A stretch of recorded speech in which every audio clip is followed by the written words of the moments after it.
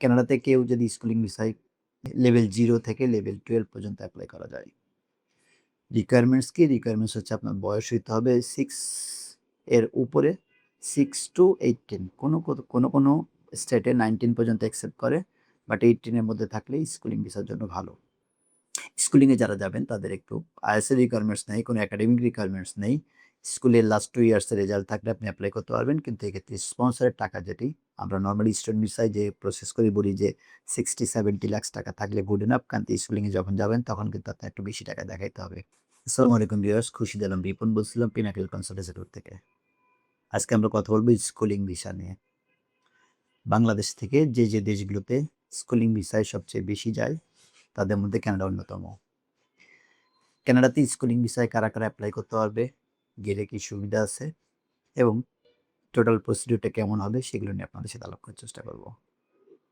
কানাডাতে কেউ যদি স্কুলিং ভিসায় লেভেল 2 থেকে লেভেল 0 থেকে লেভেল 12 পর্যন্ত এপ্লাই করা যায়।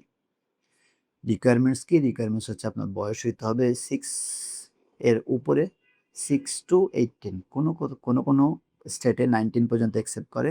বাট 18 এর মধ্যে থাকলেই স্কুলিং ভিসার জন্য ভালো। প্রাইমারি স্কুলে, সরকারি প্রাইমারি স্কুলে পড়ে তারাও কিন্তু এপ্লাই করতে পারবে।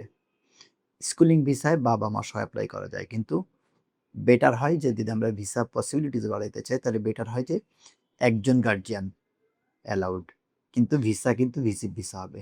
আমরা বলিনি গার্জিয়ানের ভিসা হবে ভিজিট ভিসা এবং স্কুলিংয়ে তারাই যাবে যারা বাংলাদেশ থেকে ফাইন্যান্সিয়ালি সাউন্ড থাকবেন। সেই ফ্যামিলিগুলা মনে করেন যে টাকা পয়সার সমস্যা নেই কিন্তু বাচ্চাদের জন্য একটা সিকিউরড লাইফ দিতে চান, তাদের জন্য কিন্তু কানাডার স্কুলিং ভিসা।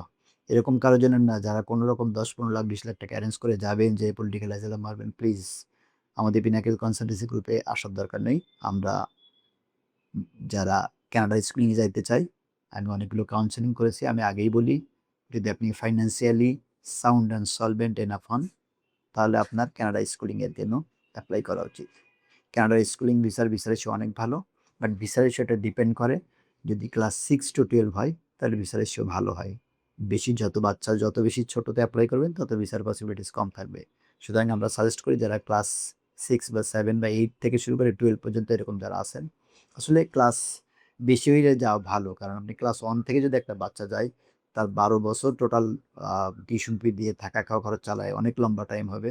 সো 8, 9 বা 10 এ যারা আছেন তাদের জন্য বেস্ট অপশন। ফার্স্ট ইয়ারে পড়ছেন তাদের জন্য বেশি ভালো। একটা বছর পরে কিন্তু আপনি স্কুলিং লেভেলটা পার করে যখন অনার্সে যাবেন তখন আপনি পার্ট টাইম জব করতে পারবেন এবং আপনি তখন আর ফ্যামিলির উপর বেশি ডিপেন্ডেন্সি থাকবে না।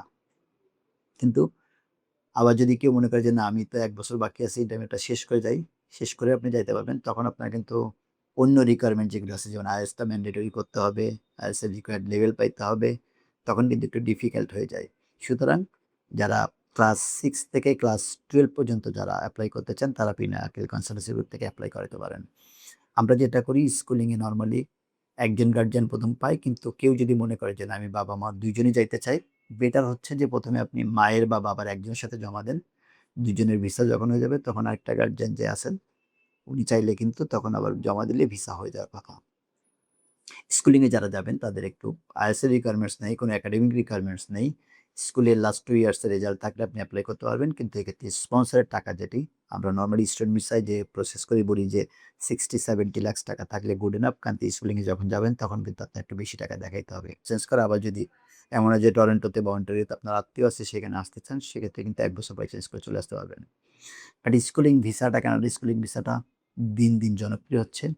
কারণ বাংলাদেশের অনেক ফ্যামিলি আছেন যারা মনে করছেন যে আমার বাচ্চার একটা সিকিউরড ফিসও দরকার। অনেকে এখন নিউজিল্যান্ড যাচ্ছে, অনেকে ইউকেতে যাচ্ছে স্কুলিং ভিসা, অনেকে কানাডা যায়। কিন্তু এর মধ্যে সবচেয়ে in terms of a course, in terms of facilities আর অন্য কিছু মিলায় কিন্তু কানাডা সবচেয়ে ভালো আমার হিসেবে।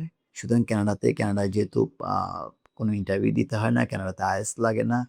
কানাডার টিউশন ফিও কম্পারেটিভলি অনেক কম। স্কুলিং এর টিউশন ফি $১২,000-১৩,০০০ এর মধ্যে স্কুল টিউশন ফি হয়ে যায়। এবং পিনাকেল কনসালটেন্সি গ্রুপ থেকে কেউ যদি এপ্লাই করেন আমরা কিন্তু টিউশন ফি সেটি আপনি আফটার ভিসা দেওয়ার অপশন আপনাকে দিতে পারবো। সুতরাং কেউ যদি মনে করেন যে আমার বা আপনার বাচ্চার জন্য আপনি কানাডা স্কুলিং ভিসা প্রসেস করতে চান, একজন গার্জিয়ান সহ যাইতে চায় বা ২ জন গার্জিয়ান সহ যাইতে চায় তাহলে আমাদের পিনাকেল কনসালটেন্সি গ্রুপে যোগাযোগ করতে পারেন। আমাদের অনেকগুলো স্কুলের সাথে উই হ্যাভ ডিরেক্ট এগ্রিমেন্ট। সুতরাং কানাডা স্কুলিং ভিসা প্রসেস করতে চাইলে আমাদের অফিসে ভিজিট করতে পারেন।